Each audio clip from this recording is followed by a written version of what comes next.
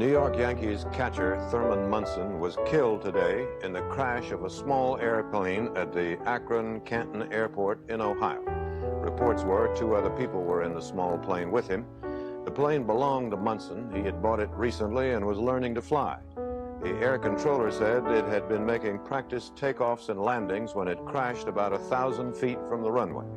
Thurman Munson, dead at the age of 32. It was incredible how Thurman Munson won the love of the fans and the other Yankees. Here was a guy who didn't talk much, was moody, and who mostly kept to himself. So what was the secret?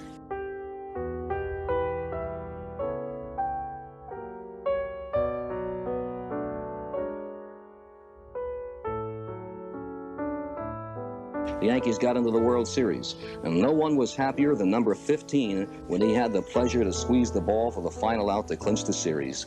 And in the locker room later, you saw the pride of the Yankees come through, so the whole nation could see. Well, the only thing that I want to know, and I want to find out next year, if we get in the series, I want to know if we're going to be underdogs again. Munson lived. He was enthusiastic. He was like a kid with a new toy, and he really enjoyed the flying. And like I say, he did it so that he could commute between here and Canton, so he could get home and be with his family as much as possible. And it's just something that I flew with him a couple weeks ago in that same plane, and he was so happy about it and so enthusiastic, and it's just, I was in a state of shock when I heard about it. I still can't believe it. Yes, you can always do without somebody, but he'll always be remembered by all the Yankee players here today and the old ones that knew him too. The key word with Thurman Munson is consistent. Munson was one of the most consistent ball players in the history of baseball. He rarely gave you a bad ball game. Excellent defensive catcher, accurate arm, had a fast release. Was also one of the best clutch hitters in baseball. Do you want to bring up a very special anniversary about a guy who always pulled his weight and is still beloved, and I still believe, should be in the Hall of Fame? I'm going to let Rocco ask this question to Kernan. So by all means, guys, take it away. Yeah, Kevin, I was just wondering, the day we're recording here on a Sunday, it's the anniversary of Thurman Munson's death. So you were a sports writer at the time. I just kind of wanted to hear your perspective on what that day was like and what Thurman was like.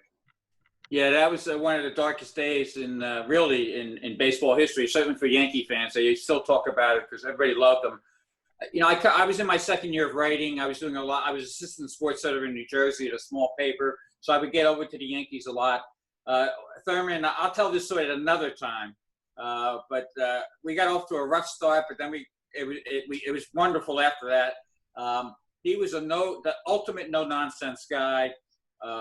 In 1998, and this is what I really want to talk about. In 1998, I talked my people into letting me go to Ohio, and I spent a couple days on the 20th anniversary of 1999. I'm sorry, on the 20th anniversary of his death, and I spent time with Mrs. Munson. And she was just a great lady, and the kids. And two quick stories I want to tell you. The son went into golfing, and I think his name was Mike, if I remember. But we were talking about what it was like after Thurman died. And she told me a story I'll never forget. She said that because she was such a fan too, and such a he wrote her poetry. It's unbelievable when you think of Thurman Munson, but he was such he really loved her so much, and he loved his family. That's why he flew, so they go back and forth. And it was tough on the kid, the oldest kid who played baseball. And she said she was at a game once, and somebody got up and yelled, and the kid struck out in a big situation or something. I'm not sure how old he was, teenager. And somebody yelled, "Hey, come on, your name's Munson," or whatever. How can you be like that way? How can you be that? Strike out there. And she, to her defense, she got up and stood up for her kid and said, because his father died, didn't have his father keep him. Yeah, so that I remember. And then we went to the cemetery. And again, I was a big Munson fan, followed him all the way through the sporting news back then. And when we went to his grave, what struck me most about his grave was that, and I said this to her, I said, wow, it was a beautiful monument. But on the back of the grave, you see him by his number, 15, the back. So So you have the name in the front, but it's a pretty tall grave, and you see Thurman and silhouetted with number 15. And she said, I put that there because that's how the fans remembered seeing him. And I wanted them to see him that way if they ever come and visit the grave. And the grave is in a beautiful spot with almost its own little baseball field. There's 4 little trees. And she says he's got, he's still looking out over the field. So thanks for asking, Rocco. That's a great memory that you brought back to me to jar and let everybody know about what it was like with the Munson family. Dan, I mean, I know your dad pitched to him as well, so I'm sure he was around when that happened. And my dad was fortunate enough to pitch to some great catchers, and Fisk, he loved Munson. He always talked about the respect that both those guys had for each other. People thought they hated each other, but they didn't. They respected each other. That's one of the things a lot of people don't realize about Fisk and Munson. But my dad, when my grandparents died in '76, the only player outside of the Red Sox who sent something to our home was Munson. Wow.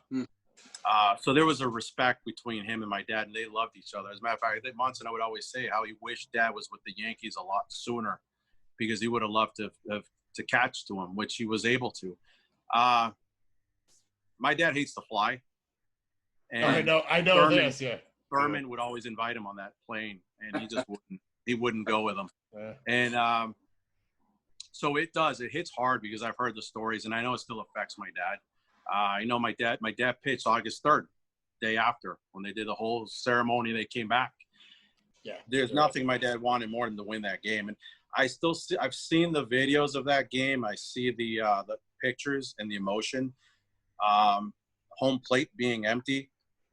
My dad in tears, and he pitched a complete game. We gave up 1 run to the Orioles, and they won 1-0. Yeah.